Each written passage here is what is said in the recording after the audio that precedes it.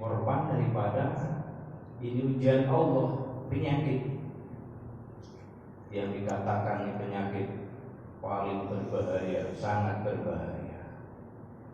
Padahal hadirin yang dirahmati Allah Subhanahu wa taala, ini penyakit datang dari Allah. Allah juga Pak yang mengatur. Dan ujung akhir penyakit orang yang kena sakit ini kematian. Sudah meninggal selesai. Hari ini kita, saya umat yang lemah iman ini takut dengan kematian. Dan ini rata-rata orang Islam, orang beriman takut dengan datang kematian. Dengan adanya penyakit ini sudah kalang kabut ya kalau. Nah, maka kesempatan ini Bapak yang mulia, izinkan saya menyampaikan bahwa ada penyakit yang jauh lebih berbahaya Bapak yang mulia. Dan itu ada obatnya. Tetapi sebagian besar umat tidak mau ambil perkara ini, tidak mau berobat. Bahkan sebagian besar juga nggak merasa sakit. Nah, ini yang berbahaya. Sakit nggak merasa sakit. Hadirin yang dirahmati Allah Subhanahu wa taala, padahal ini penyakit sudah datang dari zaman dulu. Obatnya pun sejak zaman dulu sudah ada. Sudah berhasil, sudah sukses. Siapa yang sakit kemudian berobat dengan obat itu, Allah selesaikan, Allah sembuhkan. Bukan di dunia saja, tetapi sampai akhirat nanti. Nah, penyakit apa dan apa obatnya? Jadi hadirin yang dirahmati Allah Subhanahu wa taala, sering diutarakan ada namanya sifat-sifat sahabat. Penyakit yang paling berbahaya melanda umat manusia di muka bumi ini adalah penyakit syirik, menyekutukan Allah Pak. Mati malah masalah besar nanti dikubur, masalah syirik, menyekutukan Allah, kufur ini tidak meyakini lagi Pak dengan adanya apa perintah-perintah Allah. Kemudian bid'ah, syirik, kufur, bid'ah, ini penyakit berbahaya. Sedangkan syirik dengan kufur ini sedikit saja Pak perbedaannya. Syirik ini keyakinan Pak, iman. Lawannya iman ini syirik. Lawannya Islam kufur. Hadirin yang dirahmati Allah Subhanahu wa taala, kalau kufur lebih nampak Pak. Mohon maaf. Hari ini kita dikasih tahu di bulan Ramadan fardu bagi orang beriman untuk melaksanakan puasa. Tapi dia mengatakan puasa itu akalannya nabinya orang Islam saja. Kufur Pak. Atau perintah Allah sholat. Sholat itu nggak wajib. Kufur Pak. Tapi syirik lebih sensitif lagi Pak. Hari ini kita sakit, makan obat sembuh, yakin obat menyembuhkan, ini syirik. Karena yakin Pak, iman kan membenarkan. Amanah yuk itu iman membenarkan. Hari ini kita lapar, makan, kenyang, kemudian yakin makanan yang mengenyangkan, ini juga syirik Bapak ya. Yakin dengan makhluk, meyakini bahwa makhluk selain makhluk ini bisa beri manfaat, ini syirik. Yakin sebenarnya semua Allah, sakit datangnya dari Allah, Allah juga yang menyembuhkan. Lapar datangnya dari Allah, Allah juga yang menghilangkan lapar. Hari ini kita haus minum, kemudian hilang haus, kita yakin air menghilangkan haus, ini syirik. Ini nggak sadar hari ini Pak, mohon maaf. Kita yakin dengan benda-benda memberi manfaat. Contoh lain Pak, istri kita laporan Pak dari kita suami, Pak gelas beras habis. gas kosong. Kemudian kita dalam hati di dompet ini masih ada Pak 500.000. Kemudian kita yakin, tenang, masih ada duit. Ini juga cacat iman kita Pak. Karena yakin apa yang di dompet itu memberi manfaat. Padahal makhluk nggak bisa memberi manfaat maupun mudarat kecuali izin Allah Subhanahu wa Ta'ala.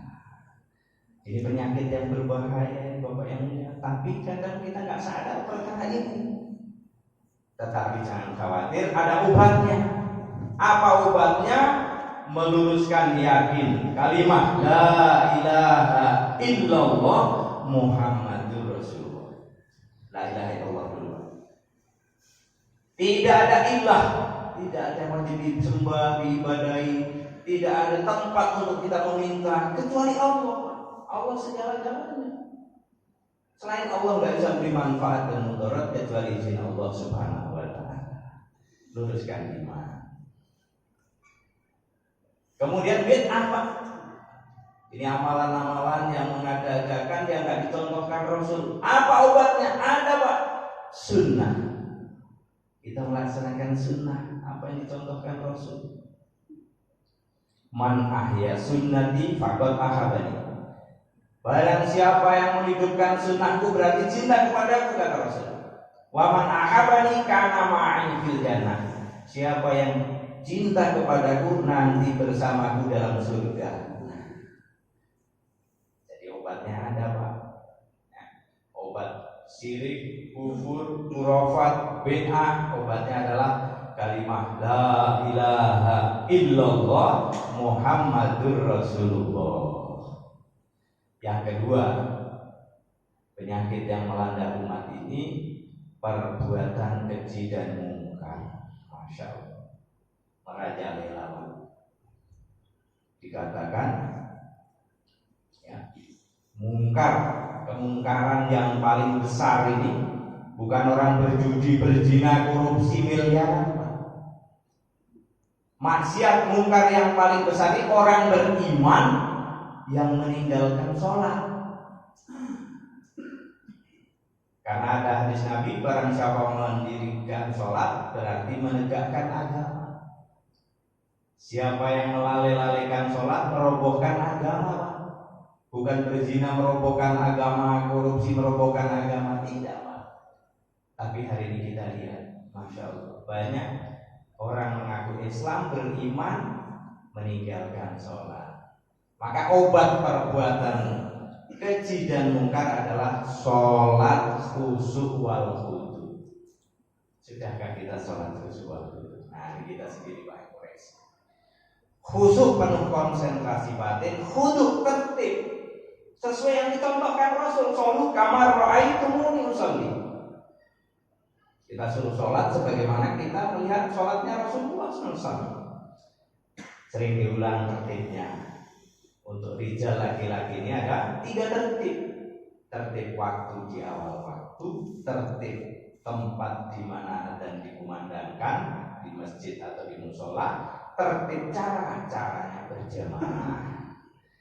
Sudah khusyuk, konsentrasi batin, ya, menghadirkan keagungan Allah dalam hati saat sholat. Sholatnya bawa sifat ihsan. Apa itu ihsan Pak? Kita merasa melihat Allah. Wah, belum sampai makom saya melihat Allah, yakin Allah sedang melihat salat saya. Nah, ini ihsan Pak. Sudah begitu tertib lagi dikerjakannya di awal waktu, di masjid di mana adzan dikumandangkan, berjamaah. Ini penyakit yang kedua Pak. Penyakit yang ketiga melanda umat hari ini adalah kebodohan. Obatnya ilmu Pak. Gimana supaya timbul kita sifat tolak? Rasa ingin tahu, sehingga kita memenuhi majelis-majelis taklim. Jadi taklim ini ada apa? Ilmunya ada 2 Pak. Ada ilmu masail, ada ilmu fadhil.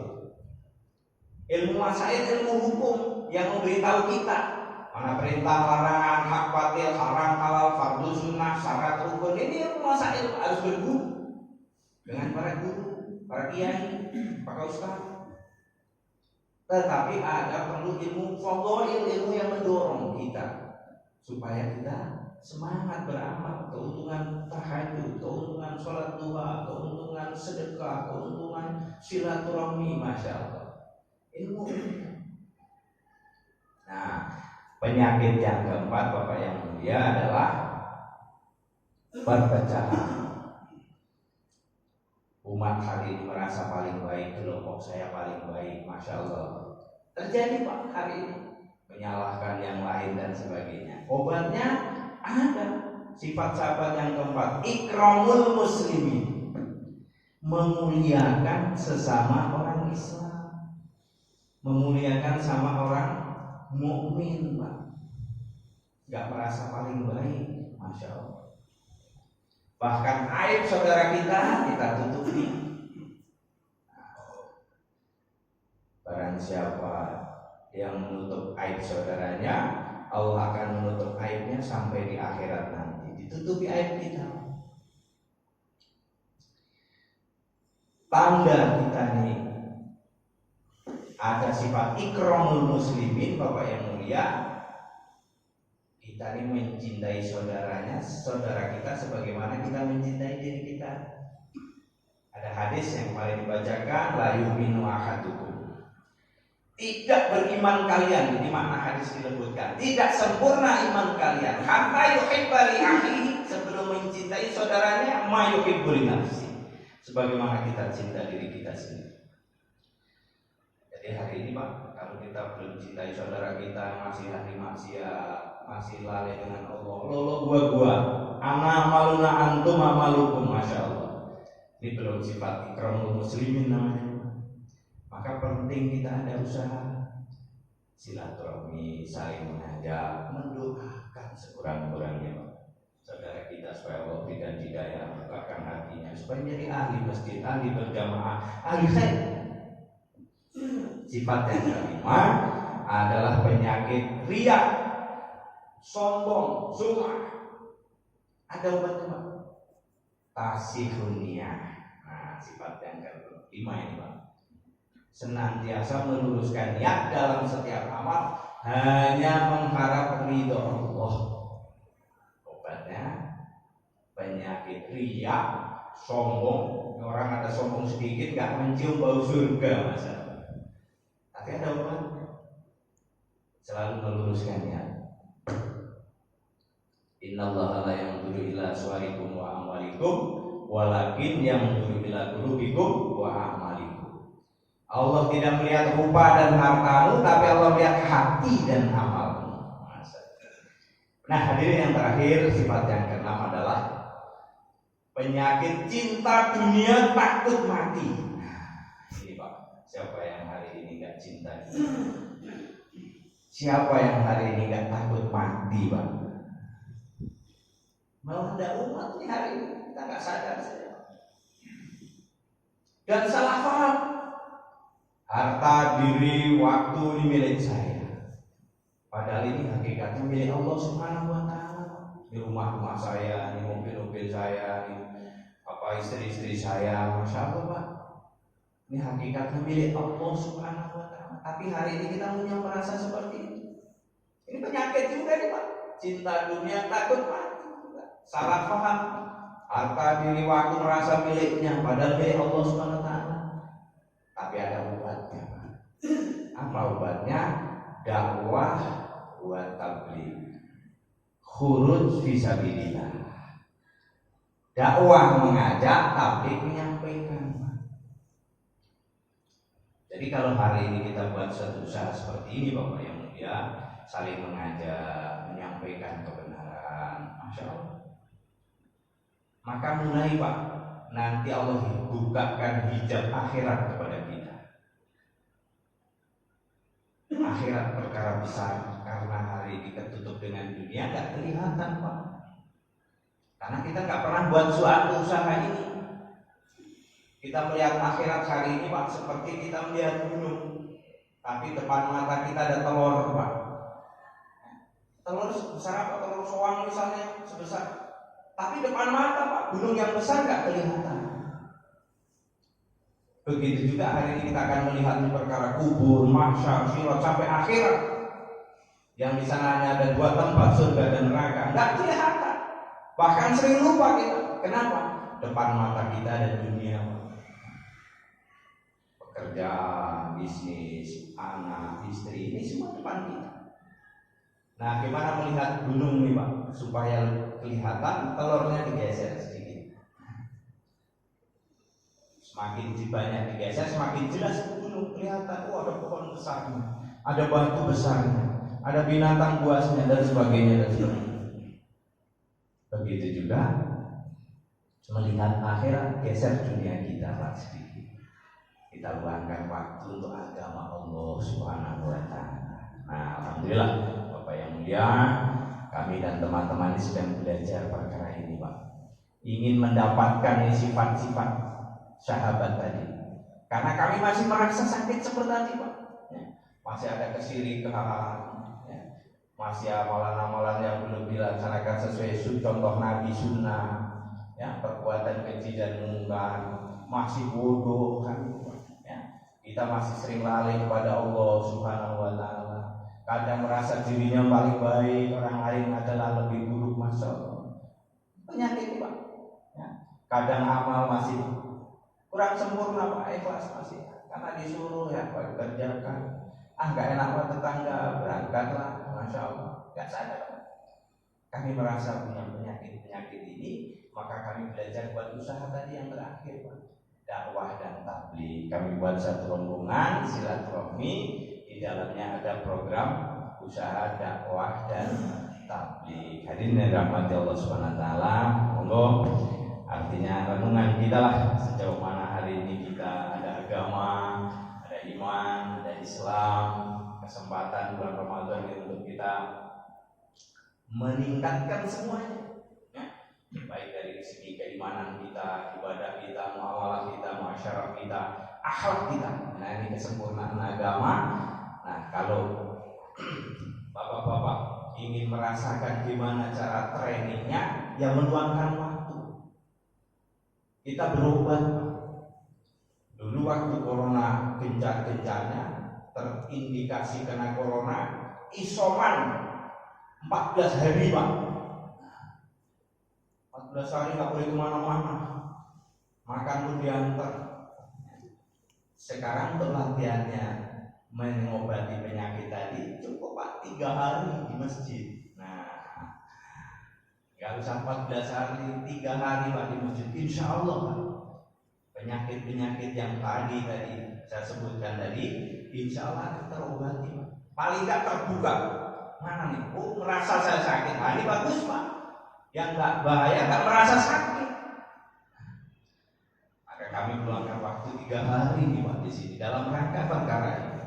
Jadi ini sekaligus ya, barangkali bapak-bapak ada apa nih 3 hari dan sebagainya. Dan jadi kami sedang belajar perkara ini, dan juga ada saudara-saudara kita yang merasa punya tanggung jawab dengan ini agama. Gimana agama sampai kepada seluruh umat. 7 miliar penduduk dunia hari ini, sebagian besar belum kenal Allah. Kita nggak lihat di Indonesia, bukan di Asia Pak, seluruh dunia, 7 benua. Banyak orang belum kenal Allah. Maka dari Indonesia alhamdulillah sudah lebih dari 35 negara yang kirim jamaah ke sana. Apa laporannya Pak? Jamaah dikirim ke satu negara, 6.000 orang masuk Islam. Dikirim ke satu negara, 1.700 orang masuk Islam. Begitu Pak, pulang ke Indonesia laporan. Inilah usaha agama Pak. Yang niatnya tadi islah diri untuk meningkatkan diri, tapi asbab hidayah umat. Inilah yang dibuat oleh sahabat radhiyallahu anhum ajma'in, dibentuk rombongan-rombongan oleh Rasulullah dan khalifah yang ada waktu itu untuk menyampaikan agama, dakwah, buat tabligh, dakwah dan mengajak dan menyampaikan. Mudah-mudahan Allah beri paham, kita semua niat ambil bagian insyaallah Pak ya. Kita ingin berobat menjadi lebih baik lagi. Itu saja Bapak hadirin yang dirahmati Allah SWT yang bisa saya sampaikan dari awal sampai akhir yang saya sampaikan. Kalau benar datang dari Allah SWT, kekurangan, kesalahan, kedolifan saya bisa belajar menyampaikan. Ada kata yang tidak berkenan dibukakan, maaf yang seluas-luasnya. Demikian kita tutup majelis dengan kifarah majelis. Subhanakallahumma wa bihamdika asyhadu an la ilaha illa anta astaghfiruka wa atubu ilaik. Wallahul muwaffiq ila aqwamit thoriq. Assalamualaikum warahmatullahi wabarakatuh.